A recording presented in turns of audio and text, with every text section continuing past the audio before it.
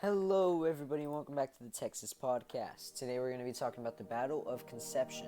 The Battle of Concepcion was fought on October 28, 1835, between Mexican troops under Colonel Domingo Ugartecha and Texan insurgents led by James Bowie and James Fannin.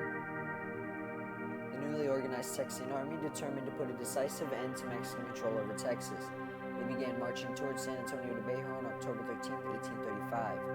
Days earlier, General Martin Perfecto de Cos, brother-in-law of the Mexican president, had arrived in Bejar to take command of all Mexican forces in Texas. By October 20th, the Texans, led by Stephen F. Austin, the first impresario to bring English-speaking settlers to Texas, had reached Salado Creek and initiated a siege of Bejar. To keep the Texans from examining Mexican defense measures, Mexican troops attempted to restrict access to and from the city. Despite those efforts, several people were able to leave their homes and join the Texans. Among those was James Bowie, who was well known for his fighting prowess. Stories of his exploits in the sandbar fight and his search for the lost San Saba mine had been widely reported at that time.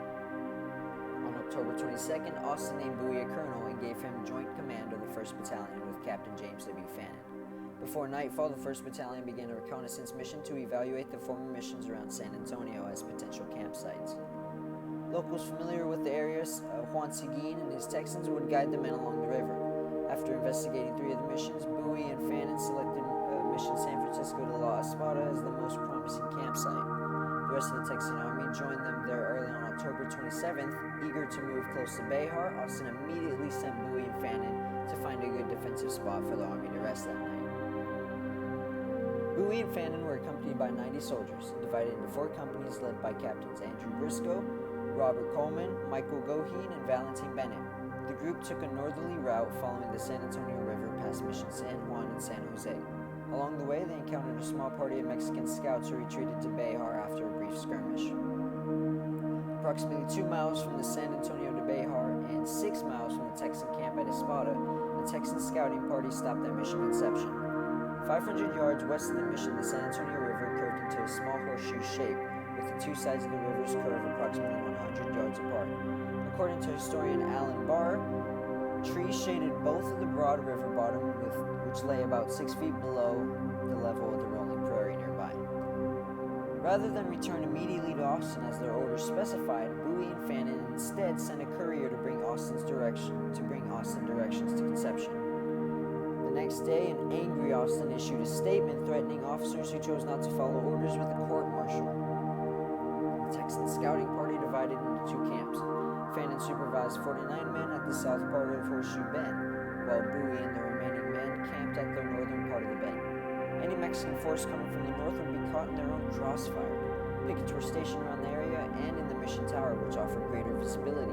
As they settled down for that evening, the Texans were surprised to see a Mexican cannonball fired from one of the church towers in Bejar. It just hit beyond their camp, but didn't quite hit it. Many of the Texan soldiers believed that a priest from the mission had informed the Mexican army of their position.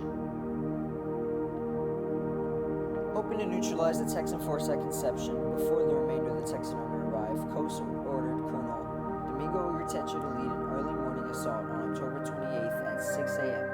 Ugartecha left Bejar with 275 Mexican soldiers and 2 cannons.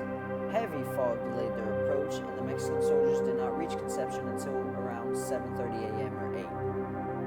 A Mexican cavalry scout fired at Texan picket Henry Carnes. After returning fire, Carnes ran back to his company frustrated because, as he puts it, "Boys, the scoundrels have shot off my powder horn."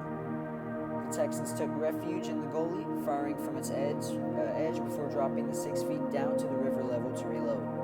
As the remaining Texan sentries hurried to join the main body of the Texan soldiers, Penn Jarvis was struck by a Mexican bullet and fell down the river bank. The bullet hit a knife Jarvis had slipped through the front of his belt, and he suffered only minor bruises. The Texan position was surrounded by trees, leaving the Mexican cavalry no room to maneuver. The 200 members of the cavalry remained on the west bank of the river behind the Texans to foil any escape attempts. Lieutenant Colonel Jose Maria Mendoza brought the Mexican infantry and artillery across the river to a position below that of the Texans. In response, Texans trimmed undergrowth near their camps to provide better visibility and dug steps into the embankment so that they could more easily climb up to fire. The 2 sides skirmished desultorily for 2 hours until the fog began to lift. At that point, 50 to 60 Mexican infantrymen across the prairie to surround the Texans. Seeing their approach, Bowie shouted to his Texan forces, "Keep under, boys, and reserve your fire. We haven't a man to spare." At 300 yards from the Texan position, the Mexican infantry halted and formed a line with the cannon in the middle. They began firing as they advanced towards the Texan positions with little effect.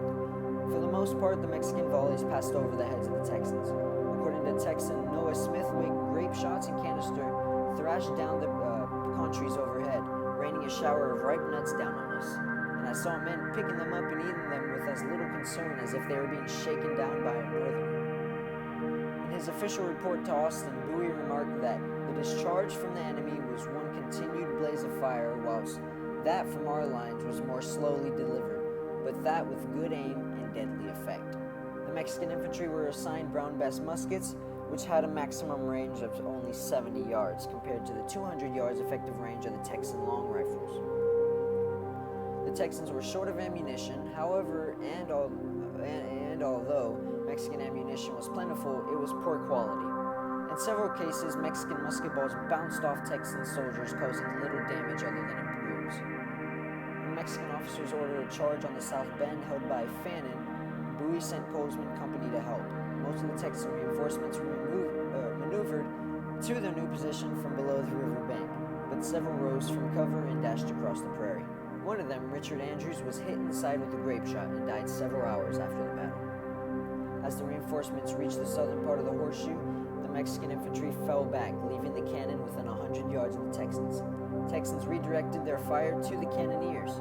After 3 different sets of gunners were killed or wounded, the cannons were abandoned. The Mexican infantry attempted 3 attacks. All of them were repulsed. As the Mexican buglers called for a retreat, the infantry fell back beyond Texan rifle range. Mexican cavalry was sent to retrieve wounded men and the cannon. As the cavalry approached, Bowie led a charge onto the prairie. The Texans quickly captured the cannon and turned it on the fleeing Mexicans. Grape shot killed one of the mule drivers, causing his caisson to go out of control and carrying through the shattered Mexican ranks. The battle had only lasted 30 minutes.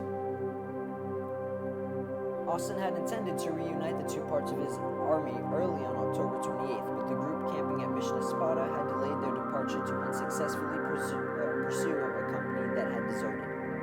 Lieutenant Colonel William Barrett Travis and his company of cavalry rode ahead of the main body of the army. When they reached Concepcion, the Mexican army was still visible in the distance. The small band of Texan cavalry pursued, but the Mexican soldiers reached Bayard safely. Less than 30 minutes after the battle ended, the rest of the Texan army arrived. Austin felt that the Mexican morale must be low after their defeat and wanted to proceed immediately to Bayard. Bowie and other officers refused, as they believed Bayard was too heavily fortified. The Texans searched the area for any Mexican equipment which had been abandoned during their retreat. They found several boxes of cartridges, complaining that the Mexican powder was little better than powdered charcoal. The Texans emptied the cartridges but kept the bullets. That evening, Austin allowed a local priest and men from Bayard to retrieve the bodies of the Mexican soldiers who had died in battle. Barr estimated that at least 14 Mexican soldiers were killed with an additional 39 wounded, several of whom died later. Timothy Todish, in their book The Alamo Source Book, estimated that 60 Mexican soldiers were killed that day, while historian Stephen Harding claimed that 76 Mexican soldiers died. The only Texan to die in battle was Andrews, and Jarvis was the only Texan classified as wounded. This battle, which historian J.R. Edmondson describes as the first major engagement in the Texas Revolution, was the last offensive against the Texans that coastal order. Barr attributed the Texan victory to able leadership, a strong position, and greater firepower. The Mexican cavalry was unable to fight effectively in the wooded river-bottom terrain, and the weapons of the Mexican infantry had a much lower range than that of the Texans' long rifles. Although Barr continues that the battle should have taught lessons on Mexican courage and the value of a good defensive position, Hardin believes that the relative ease of the victory at Concepcion instilled in the Texans a reliance on their long rifles and contempt for their enemies. That is it for today, everybody. That was the Battle of Concepcion. I hope you all enjoyed, and I will see y'all in the next one.